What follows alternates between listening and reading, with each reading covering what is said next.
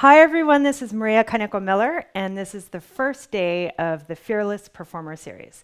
Thank you so much for joining me. I'm so excited to have you here. And in a nutshell, the reason I created this is because I am a lifelong practice hater. I have struggled for decades, actually, especially my first decade. I really struggled with not being able to practice regularly and feeling really guilty and ashamed about it. But as I continued in my career, I realized that there are many other ways to improve on your instrument without practicing. And keeping that to a minimum and actually working on other things that, number one, keep you from having to practice a lot, and number two, actually make you progress much more per minute spent than practicing. So I'm going to get started. The first key is vision. And what is vision?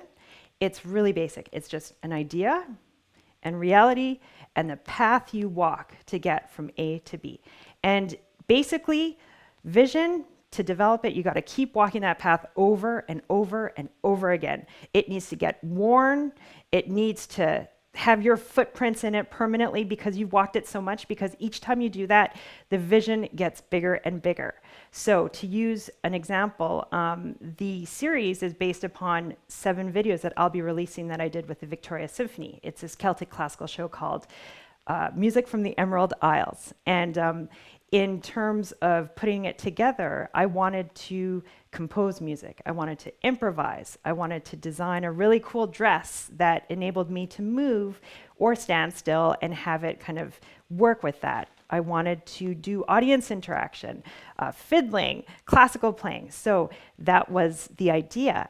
And in order to manifest that, I had to plan various things so that I could make that happen. And I want to talk about the 3 tools that make your visions come true. So the first one is brainstorming, because ideas are a blessing and a curse. When you get inspired by a great idea, it can be so exciting, but if they never can come to reality, they can be a true weight. And that's kind of my nightmare. Like when I sleep and I have a nightmare, it's because I feel that I had ideas that I could never accomplish. So how I counter that is this, brainstorming. I have this book. You can just get a really cheap, like $2 book. This one is so cheap, in fact, that the paper is so thin that I even sometimes, just to be happy, just write on one side of the page so that, you know, I can actually read my writing and I'm not like messing it up. But anyway, in this book, I make a table of contents. And this table of contents is the date and the idea. And then I just brainstorm on it for like 25 minutes. I set a timer. And so let's see here. I wanted to do a project in Alberta, and I wanted to apply for a grant for it. So I wrote Alberta project. And then I go to that page and I just fill it with every possible idea that I can think of. How do you make it happen? What things do you want to accomplish?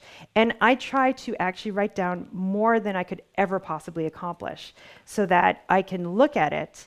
And the purpose of it is, number one, to write it out like that, it really gives it legs. It makes you feel like, is this something I actually want to do? Because sometimes an idea feels great until you actually think of the steps, and then it's like, no, I don't want to do that. So that's the first one. And then the second one is to figure out the next step. So it's really important to write. And really, actually, I was talking about brainstorming. So brainstorming is the first step for making your vision bigger. And then the second step is writing. Once you decide that you want to pursue that idea, write a summary of it. In my case, because I live in Canada, I have tremendous access to grants, primarily through Canada Council for the Arts. So that is a great opportunity to really suss out and explain so that any person who doesn't know you can understand what it is you're trying to accomplish. And many times I don't get the grant, but just that process of writing it out gives me excitement, gives me hope, makes me realize that this is something I really, really want to do and I can see myself doing. Now, the third asset you have in terms of making your vision come true is all your passions and your skills. Because the more passion and skill you can put into that idea, the easier it's going to be. Because usually to make a new idea come true, you're going to be facing a lot of unknown circumstances. So if you're doing something you love, or something you're good at, or hopefully a combination of both, then that is much more likely to become reality. So basically, what I want you to do is keep walking that path over and over, because as you're able to make maybe one simple idea come true, then you can start making that a bigger and more ambitious goal of having a few ideas that come true and tying in things you want to accomplish in your personal life, in your professional life, and putting those all together to make something great. So I wanted to leave you with an exercise because everything can seem very difficult. So I wanted a really, really simple exercise that even like someone who's been playing their instrument for 1 week could do. And this exercise is think of your next performance. And if you don't have a next performance, set something up. I don't care if it's in front of your house, just something, because you should always perform. That's really important. So set up a performance and have a goal. And I don't want the goal to be playing in tune, whatever. No. I want the goal to be something more. So let's say you always play looking at sheet music. Maybe that goal can be, I'm going to play without the sheet music. And maybe if you want to get really ambitious, I'm going to make eye contact with people as I'm playing. And so you set that goal. And then you start writing down the steps of what you need to do to prepare to accomplish that goal. Because I'm telling you, anything that you can do on stage in a performance, that becomes your skill for life. So if you even pull it off once, that's your skill.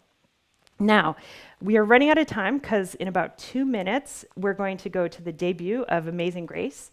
But I did have one question that I wanted to address from Linda. She asks about mistakes and being able to keep focus in performance. How do you keep focus and not get distracted by things that go wrong or getting too excited by things going well?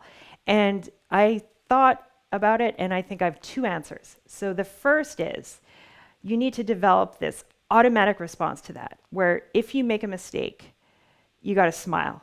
Or if it's a really serious piece and you can't, just laugh in your head and just say to yourself, like, I want you to say exactly this. I want to say, I am so proud of you because you went for broke and you made a mistake. And now you can just relax. The mistake is out of the way. But usually I find when I make mistakes, it's because I'm trying something new, because I'm trying to push it. Maybe I'm trying to make like more eye contact than I ever have, and then I forget what I'm playing.